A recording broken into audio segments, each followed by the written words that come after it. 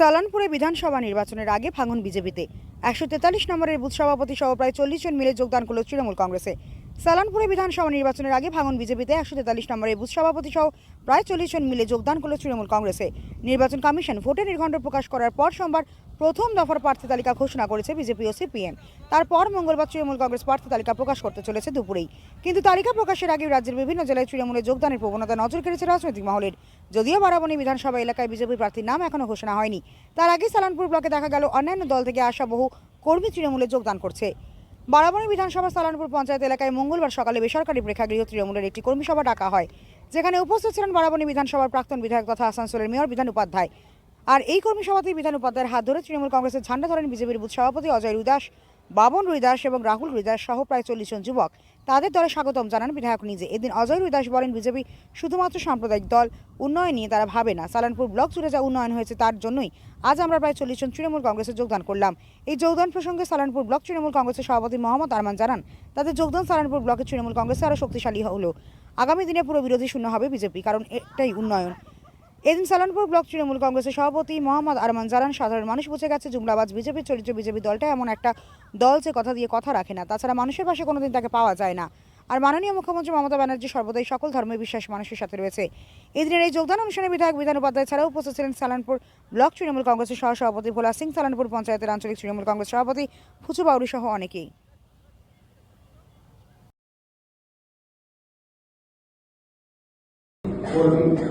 এবং তার সাথে আরো অনেক আছে, তারা আজকে আমাদের দলে যোগদান করবে।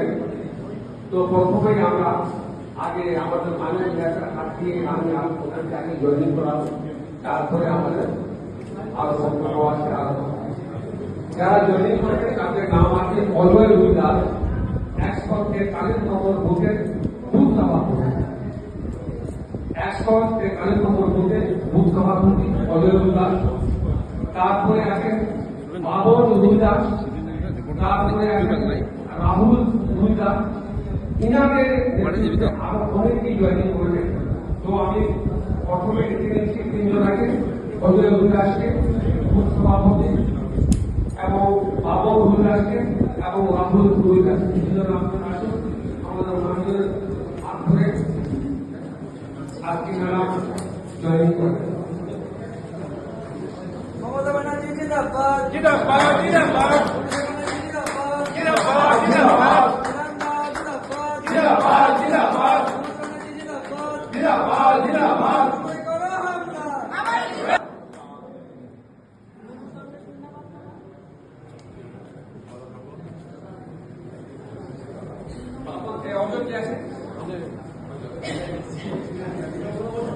আমরা প্রথমে অজয় যেহেতু জয়েন করেছে, বাবন জয়েন করেছে, রাহুল জয়েন করেছে, অজয় আমাদের বুথ সভাপতি।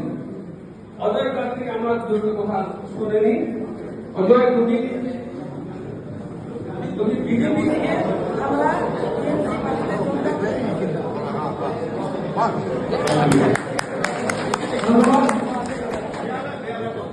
তোমাকে আমাদের দলের স্বাগত আছে।